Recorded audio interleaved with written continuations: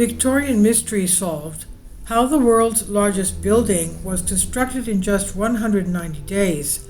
Anglia Ruskin University reports, and this is a picture of the Crystal Palace and Water Tower in London, 1854.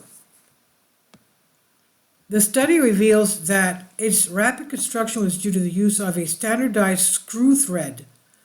New research has solved the mystery of how the Crystal Palace in London, once the largest building in the world, was built in just 190 days. It's 10 days over 6 months. The study, led by Professor John Gardner of Anglia Ruskin University, ARU, in Cambridge, England, has discovered that the Crystal Palace was the first building known to have made use of a standard screw thread, something that's now taken for granted in modern construction and engineering.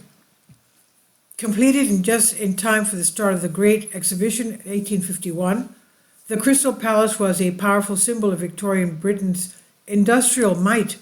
Over 560 meters long and with a giant glass roof supported by 3,300 cast iron columns, it was so large that it would expand by up to 12 inches in a warm day. Can you imagine?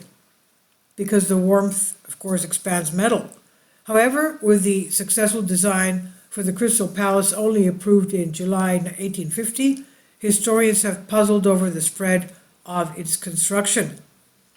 Discovery of the Whitworth screw thread, that has now been answered by a new study published in the International Journal for the History of Engineering and Technology, revealed that the Crystal Palace is the earliest known building to use Whitworth screw threads, later known as British Standard Whitworth BSW, the world's first national screw thread standard. The Crystal Palace was originally constructed for the Great Exhibition in Hyde Park in the centre of London, before being dismantled and rebuilt in South London in 1854, where it remained until it was destroyed by fire in 1936. The researchers discovered the use of Whitworth screw threads at the site in Sydenham, South London, both in the remains of the building and the nearby South Water Tower, designed by Isambard Kingdom Brunel and built to power the fountains in front of the Crystal Palace. A column bolt from the building was found to correspond to the British Standard Whitworth measurements, while a nut and bolt from the water tower was soaked in oil before a combination of heat, hammering, and force revealed measurable screw threads, which again were found to have been made to British Standard Whitworth measurements. Prior to the Joseph Whitworth's invention, no two screws and bolts were alike. As they were not made to a standard measurement, it made construction time-consuming, as lost or broken screws and bolts were difficult to replace. The Crystal Palace had 30,000 nuts and bolts, and the researchers believe that the standard thread of these is what allowed the building to be constructed to a remarkably tight schedule.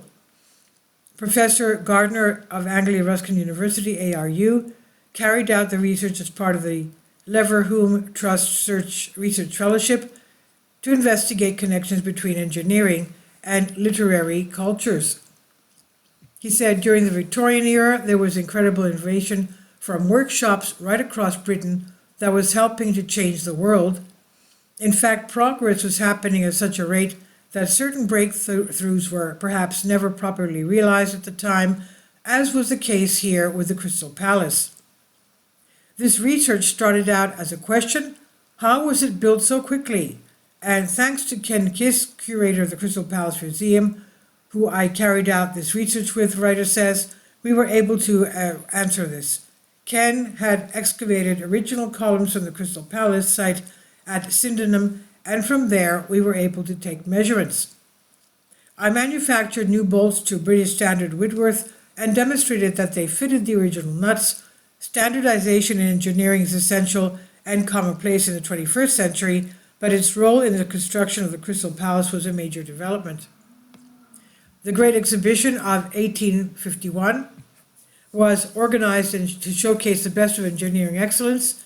It was visited by around 6 million people, which was a third of Britain's population, and attracted some of the most famous people of the day, including Charlotte Bronte, Charles Dickens, George Eliot, Charles Darwin, and Michael Faraday.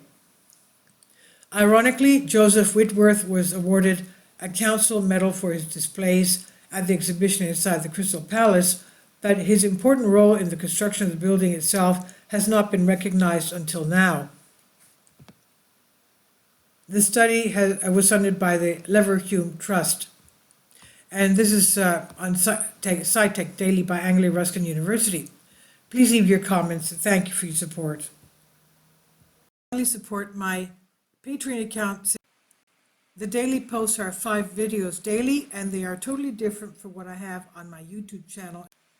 Thank you so much for your support and that you find all my content so interesting. You'll find the Patreon account details in the description box below.